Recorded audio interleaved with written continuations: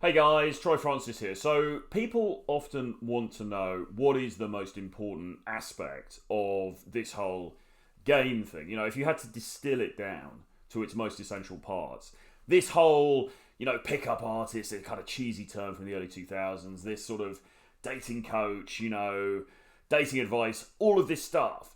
What is the most important thing? What's the most important bit of it, okay, that a guy can take away and start to apply in his dating life right now?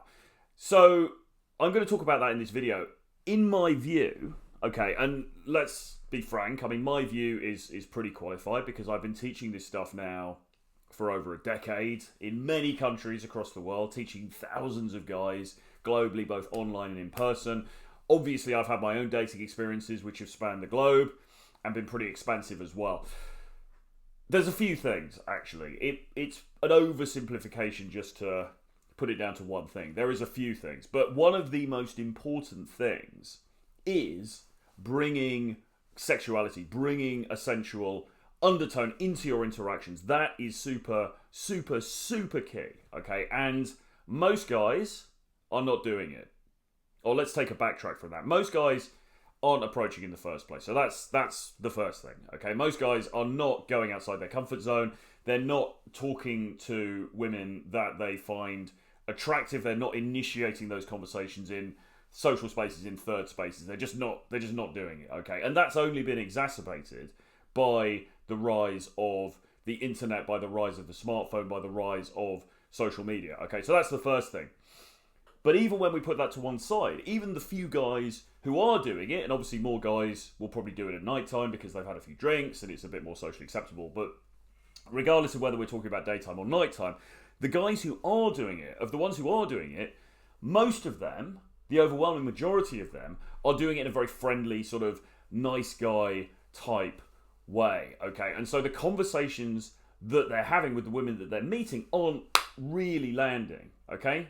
They're putting themselves in front of women that they're attracted to, which, look, is a good thing. That's absolutely what you should be doing. But they're presenting themselves as friendly, nice, reliable, responsible guys, which, on the surface we would all think is a good idea. And quite frankly, it's boring the women that they're meeting to tears, okay? So they're not getting the traction that they want. Except, and look, there are caveats to this, of course, like with everything else. If you are absolutely physically her type, if she looks at you and she thinks, this guy's hot, he's my type, I'd really love to, get intimate with this dude, then yes, you have the latitude to make some mistakes. You have the latitude to be a bit boring. You have the latitude, perhaps, not to be as seductive, okay, in the way that you come across. Maybe. But for the most part, guys need to have not a game plan. I sort of hesitate to use that term, but guys need to have a bit of an idea of what they're doing when they go in. And the purpose of a conversation which is seductive in nature is necessarily different to the purpose of a conversation that is designed to network or to make friends or to make business acquaintances or to do a deal or something like that, okay? It's just necessarily different, right? I think we can all agree on that, okay? And so, therefore, you should have a different strategy for when you go in. If I go to a party and there's a bunch of guys there and I want to befriend them because for social reasons or maybe for business reasons or whatever, okay, the way that I interact with those guys is, of course, going to be different to the way that I interact with a woman who I think is attractive and who I would like to form something more intimate with, okay? It makes sense, right? But the problem is that a lot of men who have difficulties in this area, and, there are plenty of guys who don't, and they're fine, and that's great for them, but there are many, many guys who have difficulties in this area, and they find it difficult to differentiate what they do when they're making friends with people to what they do when they're meeting that attractive woman, okay? And why is this? So we've spent a lot of, I say we, myself, James Tusk, and other people I've worked with have spent a lot of time off camera really trying to figure this out. What is the reason? Why is it that these guys are having trouble in sort of owning this kind of more animalistic sexual side of themselves and expressing that in an appropriate way at the right time. Why is that? Why should that be the case? And we've hit on a number of different things. Firstly, we've talked a lot this year about hormones, okay? We've talked a lot this year about getting your, particularly testosterone, checked, okay? And I believe that is an important thing to do. I'm not going to advocate necessarily for TRT because everyone's different, okay? But I think at the very least, you want to get your testosterone checked. You want to get a full panel of bloods done to figure out, okay, so where am I hormonally?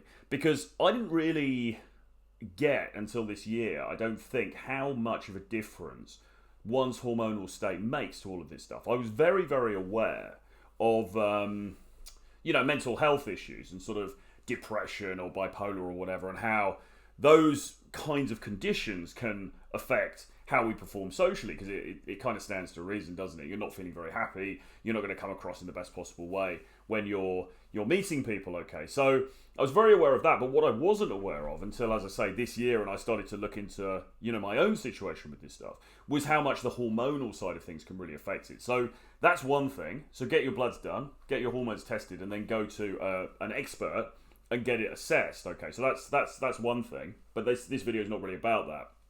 The other thing is about handling your mindsets around sex, okay?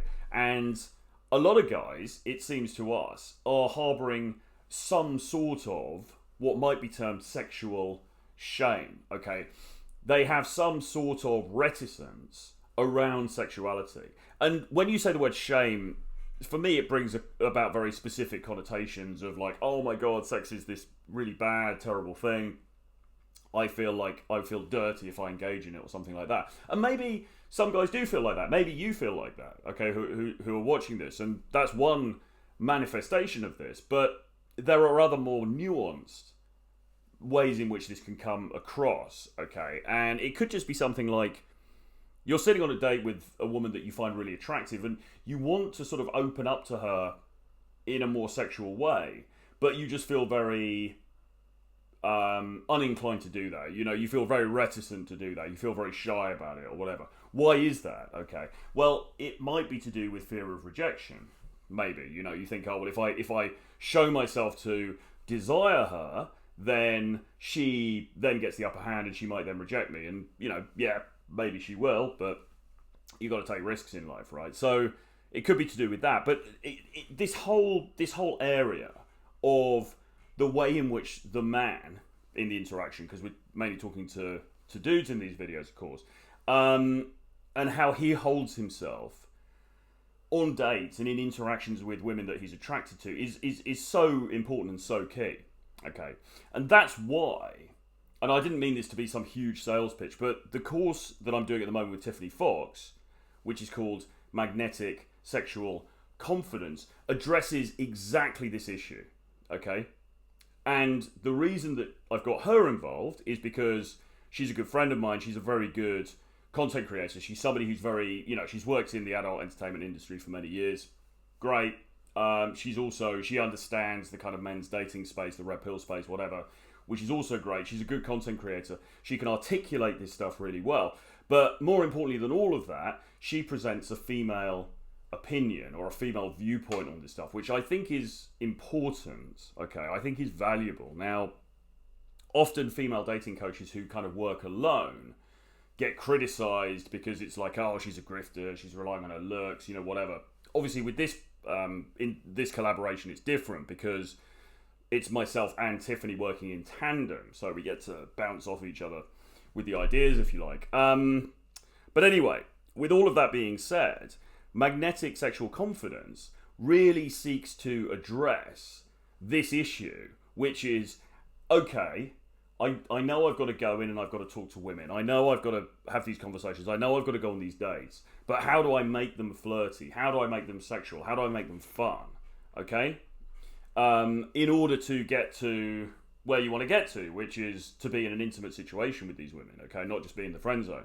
Now, as I said at the beginning, I mean, when I think about my own journey with this stuff, really, the biggest thing that I ever learned out of anything was to own my own sexuality in these interactions, okay? It's very, very difficult to overstate how important this stuff is. Now, a lot of people who are dating gurus, dating coaches, whatever, they teach day game, things like this. They will emphasize technique a lot, okay? And there's a lot of talk about technique. There's whole textbooks that have been written about technique and about what to say and how to say it and how to structure a story and how to be funny and be cocky, funny and amusing and all this kind of stuff. And all of that stuff is great, but it kind of skates around the main point, which is what needs to happen in these interactions right from the beginning, certainly on the first date and all the way through, all the way through the whole thing, really, but certainly until the point when you're becoming intimate, okay? There needs to be this underlying sexual energy that is owned by the guy and is expressed in the right manner, okay? And as I say, this year I can think of at least half a dozen guys that I've worked with very closely. Very, decent looking guys, well put together, well dressed, good jobs, all the rest of it, who weren't getting the results in dating that they deserved because they didn't get this part right, okay? There's a missing piece as far as this stuff is concerned. And that's why we made magnetic sexual confidence, because as I say, listen, I can say it until I'm blue in the face, and you guys have just, you've got to believe me on this. It is so important, okay? And guys will say, well, no, it's because of how I look, and it's because of, there's all this competition in the dating market, or it's the dating apps and all that kind of stuff. And listen, there's truth in those things. Of course, we are in this very competitive world now as far as dating and mating is concerned, 100%. Nobody can deny that. But equally, the way in which you are presenting yourself to the women that you like in these interactions is so important, okay? And if you're getting it wrong, then you're going to be leaving opportunities on the table, okay? So I hope this has been helpful. Magnetic Sexual Confidence is open at the moment for a pre-sale price, okay? So right now you can get it for just $197. It's going to go up, it's going to double in about a week's time, okay? So you need to move quickly in order to get that price. I would highly recommend, if you are, struggling in terms of this dating stuff, even if you're struggling with the front end, like the approaching and so on and so forth, we cover all of that stuff. But it's more than that, because this is about, okay, so how do I really bring the fire? How do I really bring the passion, the energy into these individual interactions that I'm having, okay? And as I say, again, so important, guys. It's just so key to this whole thing. So I would highly recommend that you enroll on that. It's open at the moment. Otherwise, do subscribe to the channel. If there's anything you want to see me cover on the channel, please put your comments below, and I will do my best to do that. Get on my free email list. The link is below. Give me a like, give me a thumbs up and all that stuff, and I will see you guys again very soon. Bye-bye.